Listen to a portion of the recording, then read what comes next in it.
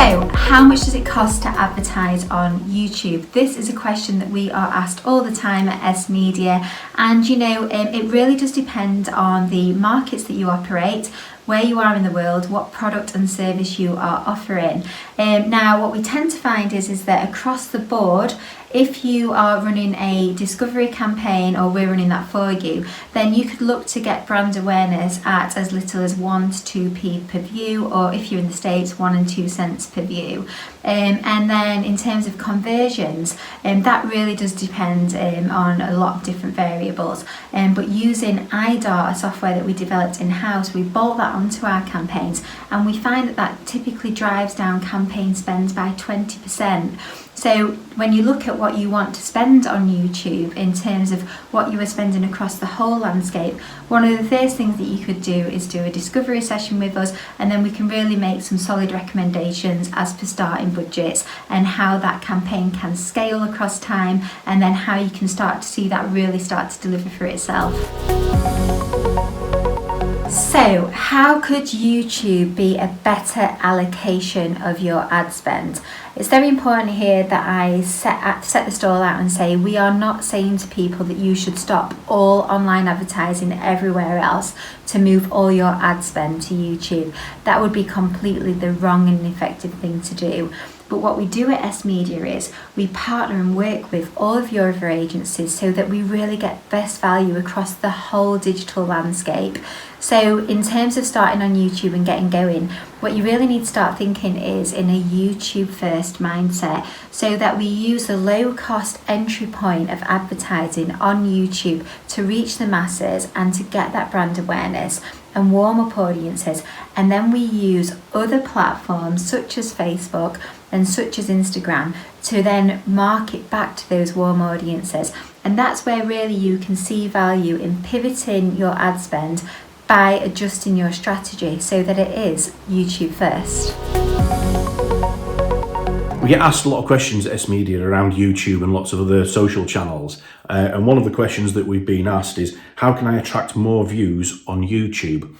Well, we find a lot of clients and a lot of people are using a YouTube first strategy to drive lots of awareness, and that works really, really well. But I think there's a couple of key simple rules really that you need to follow that are kind of more wider common sense marketing tips. I think one is understand who your customer is first and foremost. Who's going to be engaging with the kind of videos that you're making and the things that you're promoting.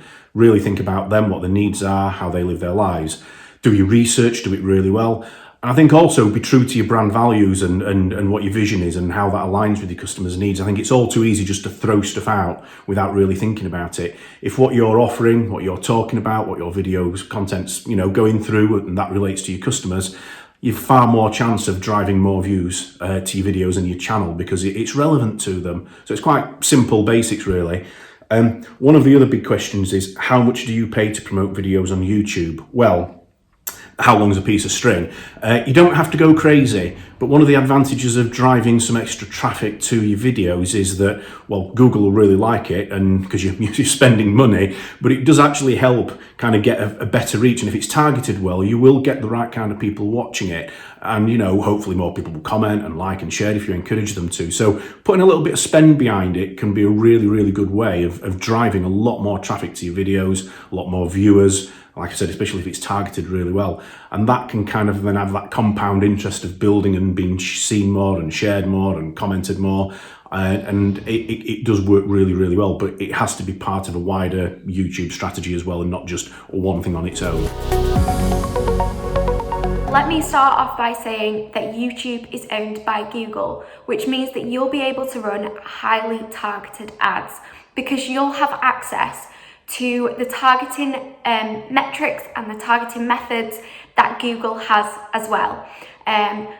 But one of the main benefits of YouTube targeting is that you can run ads to the right people at the right time when they're interested in your product or at the moment that they're wanting to buy. So this essentially means that you are not wasting time, effort and money on people that aren't interested in your product. You are only advertising to people that are wanting to buy your product or are so interested and invested in your product, meaning that they are more likely to convert from your advert. How do I create a sales funnel? Now let's start at the top of the funnel, the first stage of the buyer's journey. This is cold traffic. So you need to spread brand awareness about your products or services to generate leads, to generate conversions and make people click. This is where we would definitely recommend YouTube advertising, because YouTube advertising is exceptional for generating brand awareness. We would also advise that you A/B test at this point. So you test the different types of creative in your YouTube ads and see which one makes people convert more. Then you have to understand the different stages of the buyer's journey after that. So if you are directing people from a YouTube ad to a landing page, once they land on that landing page, what is the next stages? And you need to plot this out in a visual format. Now, so the most important bit is the top of the funnel. Then I wanted to speak about what we do once this traffic is no longer cold and it is now warm. So you have warm traffic now on the landing page. What do we do? This is where remarketing comes into play, and remarketing is so important and so many people miss this out. You need to create a remarketing loop in your sales funnel. Now this can be once they have landed on the landing page, they now get looped into email marketing. You might want to loop them back into the YouTube advertising. So YouTube advertising is also really great for remarketing, and you can remarket to people that have watched a certain amount of the advert and then clicked on the landing page. You can remarket to them. Display advertising on Google is also really, really great for remarketing, but I would definitely consider using multiple different options for your remarketing and not just relying on one. We have found that a combination of YouTube and things like Facebook really work for remarketing, and then also having the email marketing as well. That's really great, but you need to make sure that you're hitting people when it's cold traffic and also hitting people when it's warm traffic as well, and making sure that you get those people to convert. That's the basics of creating a sales funnel. So just remember those two things, making sure you are spreading brand awareness right at the top of the funnel, and then later down in the journey, you are remarketing to people as well. So in my opinion, I think brand collaboration is vital for YouTube marketing because it's a win-win for both parties. So as a brand, as an influencer, YouTuber, you're going to benefit both ways. So let's say you're a brand and you're wanting to get exposure on YouTube. Sometimes if you have the budget, you'll go for a bigger YouTuber with more subscribers, more followers.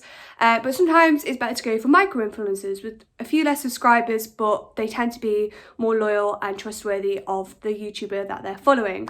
It also works the other way around. So if YouTubers and influencers want exposure, they can do brand collaborations to help gain more followers for themselves. So if you're a smaller YouTube channel, sometimes it's good to band together with other smaller YouTube channels in a collaboration to help gain followers for the both of you. It also works if there's a bigger channel and a smaller channel. So for the bigger channel, it doesn't hurt that they're accessing a new audience and new people to show their videos to. And for the smaller channel, they get access to that really big following of the bigger channel. But either way, collaborating with different channels will help you get better content, more followers, and just overall more exposure for your channel. When you're driving views on YouTube, you can drive views for as little as a couple pennies per view, whereas on TV, traditional advertising, obviously you've got to pay for a placement that's, guaranteed and within that medium, and those costs are heavily marked up as they're owned by sort of really entrenched media buying companies who obviously have got, you know, the lay of the land of and very set up, and you could be looking to pay, you know, thousands upon thousands of pounds in order to drive views and, you know, get that sort of, like I say, cost effectiveness out of it and really drive traffic. And as well, you're not really learning too much about where your money's going, as those views can be wasted. And when looking at, you know, why is YouTube marketing more, you know, accessible for audiences, it's that pure reason there. Obviously not everyone is watching television and is engaged in television, or most people switch off when it comes to adverts, whereas on YouTube, as it's a bit of a break in content, and as it's something that, you know, more audiences are getting involved in and getting engaged with, there's more opportunities to have that contact with a viewer and have that contact with the audience, where it's more likely to lead to them following up on interest and being more engaged in what you're actually showing them. So obviously in that sense, you are having so much more of a two-way conversation through your advert than you ever could imagine on a traditional marketing approach.